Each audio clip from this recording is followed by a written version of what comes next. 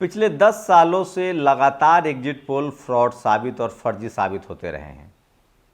कई बार संख्या को लेकर, जैसे पिछले बार 24 की ही बात करें तो 400 पार कह रही थी सारे टीवी अखबार, एग्जिट पोल फ्रॉड साबित हुए, 241 पर सिमट गई बीजेपी।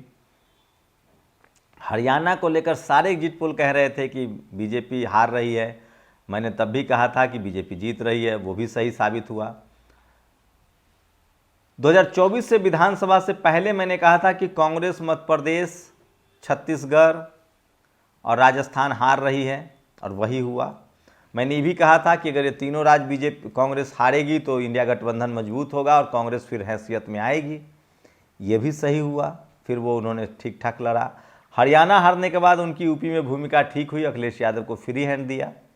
लेकिन अब सवाल है कि हरियाणा तक भी मैंने कहा था कि वहाँ बीजेपी के ओबीसी फैक्टर चल रहा है। आज आपको सारे एग्जिट पोल दिखाएंगे महाराष्ट्र और झारखंड में कि बीजेपी जीत रही है, लेकिन सच्चाई क्या है, ये सच्चाई इस वीडियो में देखिए। सारे एग्जिट पोल फ्रॉड साबित होंगे। सच्चाई क्या है वो जानिए। और आप एक तो दो चीज़ें मैं आपको सावधानी के लिए कह रहा हूँ।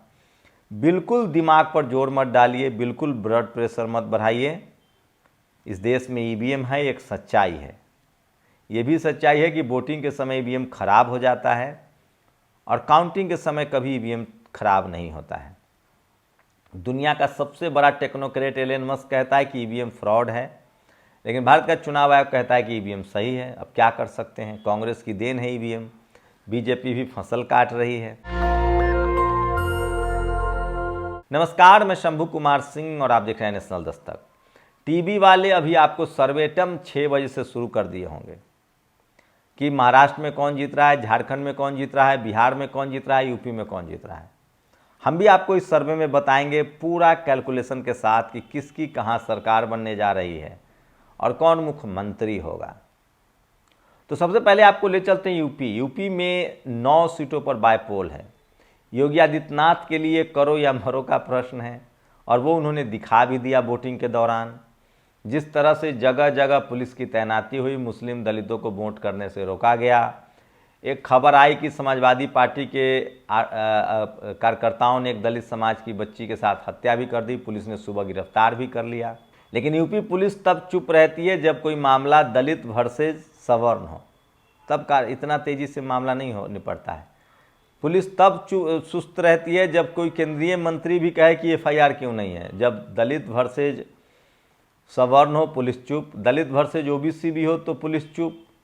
दलित वर्सेज मुस्लिम हो तब पुलिस एक्टिव। दलित वर्सेज समाजवादी हो तो पुलिस महा एक्टिव हो जाती है। तो कहीं ना कहीं फूट डालो राज करो वाली पॉलिसी चल रही है। लेकिन 41 सीट हारने के बाद, 43 सीट हारने के बाद योगी आदित्यनाथ पर शिकंजा कसा हुआ है, इसलिए उन्होंने सारा दमखम लगाया है। तो बायपोल में जिस तरह का मैनेजमेंट है, वोटिंग बहुत ज़्यादा नहीं हुई है, लगभग 50 से 60% के बीच वोटिंग हुई है। अखिलेश यादव ने कुछ बड़े आरोप लगाए हैं, चाहे वो पत्रकारों को उन्होंने कहा कि जनता अब आप लोग को नंगा करके मारेगी। 7 पुलिसकर्मी भी सस्पेंड हुए हैं। लेकिन तो मिला जुला के यही है कि बायपोल में बीजेपी चुनाव जीत लेगी, क्योंकि एक मुख्यमंत्री के लिए, सरकार के लिए 9-10 सीटें पर सख्ती से मैनेजमेंट करना कोई बड़ी बात नहीं है। लेकिन उसके बाद भी अगर योगी आदित्यनाथ ये सीट 2, 3, 4 सीट भी लूज करते हैं तो उनके लिए बड़ा मुश्किल साबित हो जाएगा। पता चल जाएगा कि क्या स्थिति है यूपी में। यूपी वैसे भी फर्टाइल लैंड है, तो अखिलेश के लिए भी संभावना है। अखिलेश यादव ने टिकट बहुत जरूर बांटा है। उन्होंने एक भी टिकट जनरल को नहीं दिया है, सब SC ST OBC अल्पसंख्यक को दिया है। बात करें बीएसपी की, तो बीएसपी भी चुनाव लड़ रही है। लेकिन सवाल वही है कि जिस वक्त में 30 पार्टी से कांग्रेस का गठबंधन है, 30-35 पार्टी से बीजेपी का गठबंधन होता है, यूपी में भी गठबंधन है, तो क्या बीएसपी बिना गठबंधन चुनाव जीत पाएगी? ये सबसे बड़ा सवाल है। तो कभी भी अपने आप को अंधेरे में मत रखिए। गठबंधन का दौर है, जो पार्टी गठबंधन नहीं करेगी वो सीटें नहीं जीत पाएगी। हाँ, बीएसपी अगर आरजेडी के एनडीए के साथ चली जाए तो एनडीए की बल्ले बल्ले, अगर बीएसपी इंडिया गठबंधन के साथ चली जाए तो भी बल्ले बल्ले होगी। तो ये लबोलुआब है। इसका मतलब है कि या तो 9 के 9 सीटें क्लीन स्वीप करेंगे योगी जी, या फिर 9 के 9 सीटें अखिलेश यादव क्लीन स्वीप करेंगे। बिहार में 4 सीटों पर बायपोल है, 4 में वहाँ जेडीयू लगभग 3 सीटें जीत जाएंगी क्योंकि वो गठबंधन में है। आरजेडी और कांग्रेस के लिए वहाँ कुछ है नहीं, तो आरजेडी वहाँ मुश्किल में है। लेकिन असली मसला है, अब आपको लेके चलते हैं झारखंड। लेकिन झारखंड जाने से पहले आप चलिए महाराष्ट्र में सोचिए, विनोद तावड़े को उनके ही पार्टी के एक सवर्ण नेता ने निपटा दिया। विनोद तावड़े ओबीसी समाज से आते हैं और वो मुख्यमंत्री के दावेदार थे। पंकजा मुंडे को पिछले विधानसभा में निपटाया गया था, विनोद तावड़े को इस बार निपटा दिया गया, ये भी सच है और ये मैसेज कन्वे हुआ है। वहाँ ओबीसी एससी फैक्टर है। बीजेपी वहाँ फंस गई है, बीजेपी बहुत बुरी तरीके से फंस गई है। और जो प्रदर्शन था लोकसभा चुनाव में शरद पवार, उद्धव ठाकरे और कांग्रेस का, वो प्रदर्शन वो दोहराने में कामयाब रहेंगे। रही बात बीजेपी की, तो बीजेपी ने दमखम तो लगाया था, लेकिन अगर वो ओबीसी सीएम कैंडिडेट घोषित कर देते पंकजा मुंडे या विनोद तावड़े को तो और फायदा होता। लेकिन एक बात है कि वहाँ मराठा वर्सेज ओबीसी का मामला तो है। छगन भुजबल अभी भी इंडिया गठबंधन के साथ हैं, लेकिन मुस्लिम वोट नहीं जाता हुआ दिख रहा है। उसके बाद एससी वोट में भी बहुत ज़्यादा डेंट समाजवाद प्रकाश अम्बेडकर और बीएसपी नहीं लगा पाई है, वो कांग्रेस को वोट जाता हुआ दिख रहा है। तो हाँ, मामला कांटे का है और थोड़े बहुत सीटों अंतर से बीजेपी वहाँ बैकफुट पर दिख रही है, ये तो सही है। लेकिन बीजेपी के लिए सबसे फायदे का मामला है कि शरद, अब मराठा वहाँ कोई मुख्यमंत्री नहीं चाहता, तो अगर एक तरफा ओबीसी ने बीजेपी को वोट दिया होगा तो दिलीप मंडल वाली पॉलिसी अगर चली होगी तो फिर तो ठीक है, नहीं तो वहाँ स्थिति खराब दिख रही है। तो बीजेपी के लिए बहुत कुछ है नहीं, कोई बहुत बड़ा चमत्कार न हो जाए, मिरेकल न हो जाए तो बीजेपी के लिए वहाँ बहुत कुछ नहीं है और बहुत मामले से होगा। या इस तरह का भी खेल हो सकता है कि अब चूंकि ईवीएम को लेकर बड़ी बहस हो रही, तो जो भी सरकार बनेगी, या तो कांग्रेस की भी सरकार बनेगी इंडिया गठबंधन की तो 10-20 सीटों का अंतर होगा, 10-5 सीटों का, या बीजेपी की भी सरकार बनेगी तो 5 से 10 सीटों का ही अंतर होगा। ज़्यादा का गैप अब नहीं रखा जा रहा है, हरियाणा वाला खेल चलेगा ताकि सांप भी मर जाए और लाठी भी न टूटे। एक हमारे दर्शक ने बताया कि शंभू जी, ईवीएम हमेशा वोटिंग के समय खराब होता है, काउंटिंग के समय क्यों नहीं खराब होता है? उनके बातों में दम है। तो ये भी बताऊंगा इस वीडियो में, देखिएगा कि 5 या 10 सीटों का अंतर से कौन आगे दिख रही है।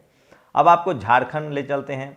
झारखंड में भी गठबंधन की है, आरजेडी, जेएमएम और कांग्रेस का गठबंधन है। कांग्रेस वहाँ भी लाइबिलिटी है जेएमएम के लिए, लेकिन कल्पना सोरेन और जिस तरह से उन्होंने प्रचार किया है तो दलित, उनको आदिवासी वोट मिल रहा है, दलित वोट भी उनको मिल रहा है। नेचुरली एससी समाज के लोग सबसे ज़्यादा पढ़े लिखे हैं, इकोनॉमिकली, सोशली, इकोनॉमिकली बहुत स्थिति अच्छी नहीं है, लेकिन सोशली, पॉलिटिकली और एजुकेशनली वो बहुत अच्छा स्पेस बनाया है, तो वो वोट बीजेपी को नहीं जाता हुआ दिख रहा है।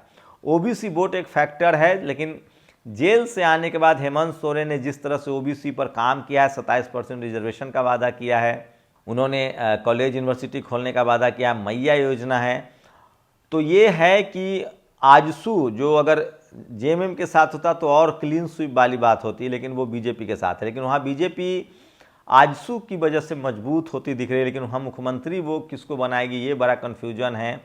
इसलिए आदिवासी समाज का वोट तो बीजेपी को नहीं मिल रहा है, मुस्लिम समाज का ही वोट नहीं मिल रहा है, जनरल का वोट उनको एक मुश्त जा रहा है, जैसे महाराष्ट्र में भी जा रहा है जनरल का वोट।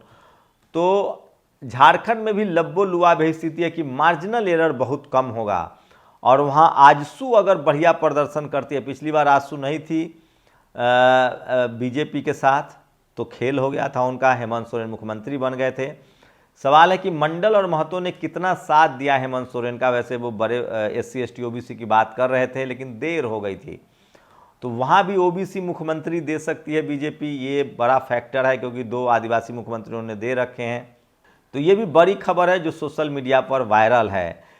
लेकिन इस हिसाब से आप देखें तो झारखंड में भी मामला जो है वो एकदम बहुत कम का रहेगा, बहुत कम का। 5-10 सीट या तो इंडिया गठबंधन या 5-10 सीट जो है वो बीजेपी गठबंधन। अब आप कहेंगे कि आप एग्जिट पोल दिखा रहे हैं तो क्लियर बताइए। तो क्लियर यही है कि महाराष्ट्र और झारखंड दोनों जगह जो अभी स्थिति है बीजेपी लीड लेते हुए दिख रही है और नरेंद्र मोदी की वापसी होती दिख रही है, क्योंकि इनके पास संसाधन है, तंत्र है और मेहनत भी करते हैं। बीजेपी के खेल को बदलने के लिए तमाम जो SC ST OBC के नेता हैं या तमाम जो पार्टियां हैं उनको SC ST OBC के मुद्दे पर और तेजी से आना होगा, क्योंकि उस मुद्दे पर भी, OBC वाले मुद्दे पर बीजेपी ने काम किया है। तो 5-10 सीटों से झारखंड में और 5-10 सीटों से ही आगे की बढ़त के साथ महाराष्ट्र में बीजेपी आगे दिख रही है, या फिर 5-10 सीटों के साथ ही महाराष्ट्र में या 5-10 सीटों के साथ ही झारखंड में बीजेपी की सरकार न बने। 5-10 सीटों का अंतर रहेगा, ज़्यादा कुछ नहीं बदलने वाला है। लेकिन ये तय है कि 23 तारीख को जो नतीजे आएंगे उससे यूपी बिहार की राजनीति पर बहुत फर्क पड़ेगा। आप लोग की क्या राय है? मैं फिर कह रहा हूँ, किसी भी गठबंधन को क्लीन स्वीप जैसी स्थिति नहीं बन रही है, क्योंकि अब स्थिति ये है कि अब EVM को भी बचाना है, चुनाव आयोग की साख को भी बचाना है, तो 5-10 सीटों से ही सरकार बनानी पड़ेगी साहब, माइनर बढ़त से। अब आप कहेंगे मुख्यमंत्री कौन है, तो महाराष्ट्र में विनोद तावरे को निपटा ही दिया गया है। लेकिन मैं अभी भी कह रहा हूँ कि दोनों राज्यों में मुख्यमंत्री तो SC ST या OBC का ही होगा, ये गांठ बांध लीजिए, जीते कोई। शुक्रिया। नेशनल दस्तक की आपसे गुजारिश है कि अगर इसको बचाना चाहते हैं तो नेशनल दस्तक को सब्सक्राइब करने के लिए रेड कलर के सब्सक्राइब बटन को दबाएं, फिर बेल आइकन की घंटी दबाएं। नेशनल दस्तक को बचाने के लिए बहुत जरूरी है कि हर खबर को शेयर करें, लाइक करें, कमेंट जरूर करें।